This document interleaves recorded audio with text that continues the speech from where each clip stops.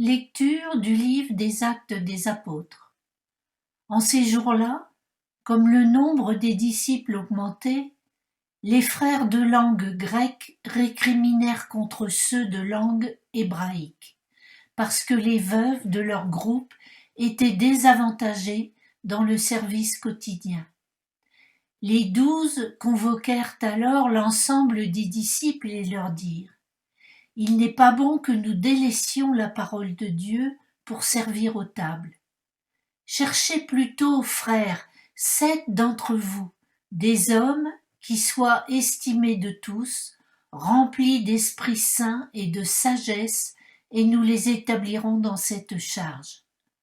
En ce qui nous concerne, nous resterons assidus à la prière et au service de la parole. Ces propos plurent à tout le monde et l'on choisit Étienne, homme rempli de foi et d'Esprit Saint, Philippe, Procore, Nicanor, Timon, Parménas et Nicolas, un converti au judaïsme originaire d'Antioche. On les présenta aux apôtres, et après avoir prié, ils leur imposèrent les mains. La parole de Dieu était féconde. Le nombre de disciples se multipliait fortement à Jérusalem, et une grande foule de prêtres juifs parvenait à l'obéissance de la foi. Parole du Seigneur. Commenter un texte sur les diacres, vous pouvez imaginer que pour moi, j'allais dire, c'est du pain béni. Je voulais simplement rester dans la ligne que nous donne notre pape François. Voici son intervention et voici sa prière pour les diacres. Et je pense plus particulièrement à Thierry Monvillier, qui nous a quittés, décédé d'un cancer brutalement, qui a été enterré mercredi dernier. Les diacres ne sont pas des prêtres en second. Ils font partie du clergé et vivent leur vocation en famille et avec la famille. Ils sont consacrés au service des pauvres qui portent sur eux le visage du Christ souffrant.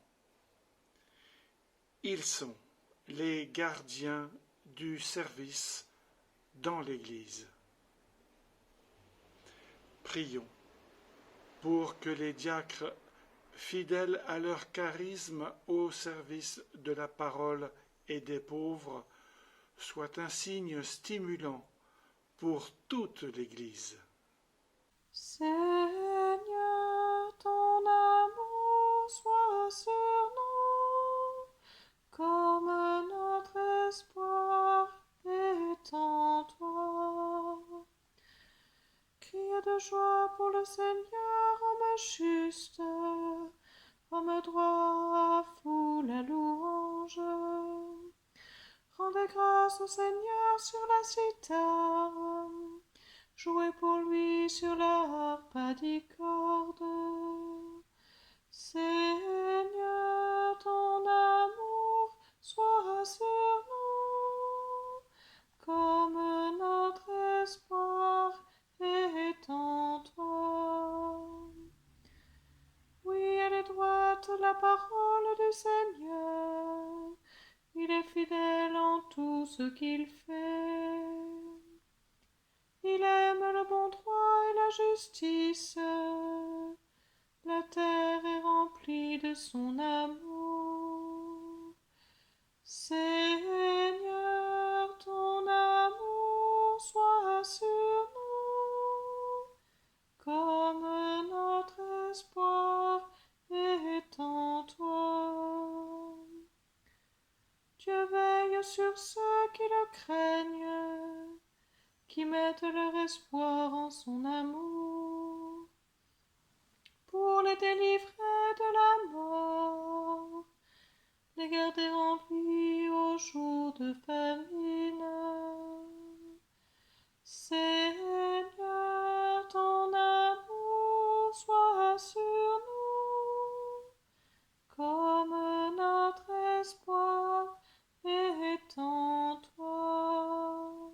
Prier, méditer les psaumes, que ce soit seul ou avec d'autres, c'est s'inscrire dans l'histoire de ces croyants, du peuple fidèle, du peuple choisi par Dieu, du peuple élu depuis plus de 3000 ans.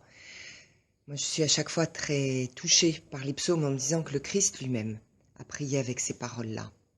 Alors, il y a 2 semaines, nous étions sur le chemin d'Emmaüs et le Christ nous accompagnait. La semaine dernière, nous étions avec le bon pasteur qui connaît ses brebis, chacune par son nom, et qui prend soin d'elles. Et aujourd'hui, le psalmiste nous dit que Dieu veille sur nous. Dieu veille sur nous. J'aimerais simplement que cette certitude de cet accompagnement, de cette présence de Dieu, illumine notre cœur toute cette journée et soit notre compagnon. Je vous dis à très très vite. Au revoir.